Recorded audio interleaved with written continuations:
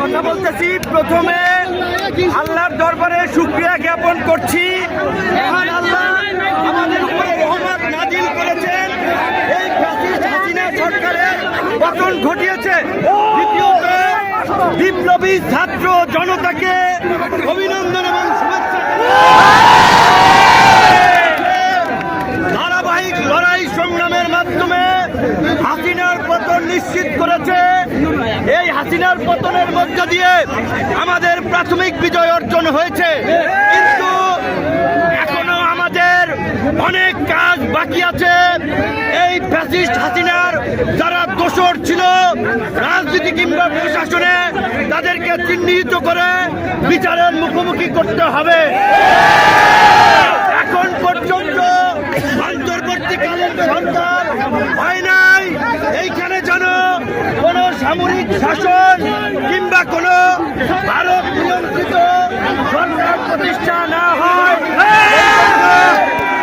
সেই জন্য রাজনৈতিক ঐক্যমতের ভিত্তিতে অনতিবিলম্বে অন্তর্বর্তী সরকার গঠন করতে হবে এবং ছাত্ররা ডক্টর মোহাম্মদ ইউনূসকে প্রধান করার যে প্রস্তাব দিয়েছে, আমার দল এবং আমরা সেই প্রস্তাব সমর্থন করছি। আমরা অনুরোধ জানাবো, আজকে সন্ধ্যার আগে মহামান্য রাষ্ট্রপতি ডক্টর ইউনূসের নেতৃত্বে অন্তর্বর্তীকালীন সরকার গঠন করে বিলুপ্ত উপরে হামলার এদেশীয় এজেন্টদেরকে ব্যবহার করাটা চক্রান্ত করছে। আপনারা সংখ্যালঘুদেরকে নিরাপত্তা দিবেন। সংখ্যালঘু ভাই বোনদেরকে বলবো, এই বাংলাদেশ আপনার আমার আমাদের সকলের, এই দেশই আপনাদের নিরাপদ আশ্রয়স্থল। সবাই আপনারা মিলেমিশে থাকবেন, সকলে শান্ত থাকবেন, শান্তিপূর্ণভাবে আনন্দ উচ্ছ্বাসের বহিঃপ্রকাশ ঘটবেন। যারা গুরুতর অপরাধ করেছে তাদের ক্ষমা নাই। টিভি কার্যালয়ে আমাদেরকে গরু ছাগলের মতো ঝুলাইছে।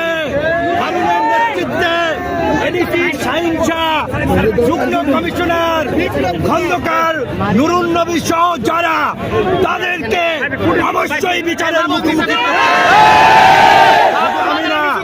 আমি বলেছিলাম, লজ্জায় তারা বলেন নাই। জামাতের সেক্রেটারি জেনারেল থেকে শুরু করে ফুটবলার আমিনুল ভাই, নীরব ভাই, বিএনপি জামাত বিরোধী দলের নেতৃবৃন্দকে গরু ছাগলের মতো পিটাইছে। প্রশাসনের মধ্যে এই দুর্বৃত্তদেরকে চিহ্নিত করে অবশ্যই চাকরিচ্যুত করে জেলে ভরতে হবে। আপনারা গণ অধিকার পরিষদের নেতা কর্মীদেরকে বলবো, অন্যান্য এই আন্দোলন সংগ্রামে অংশগ্রহণকারী দল ছাত্র জনতার সাথে মিলেমিশে এলাকার শান্তি এবং স্থিতিশীলতা রক্ষায় কাজ করুন।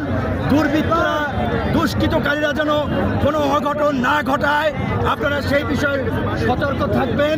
আমি আমাদের রাজনৈতিক কার্যালয় পল্টনে গিয়ে আপনাদের সাথে শান্তিপূর্ণভাবে দেখা সাক্ষাৎ করে বাসায় যাব। তাড়াহুড়ো করবেন না, আমাদের কোনো ভাই যেন পরে আহত না হয়, কেউ যেন কারো দ্বারা সমস্যায় না পড়ে, খেয়াল রাখবেন।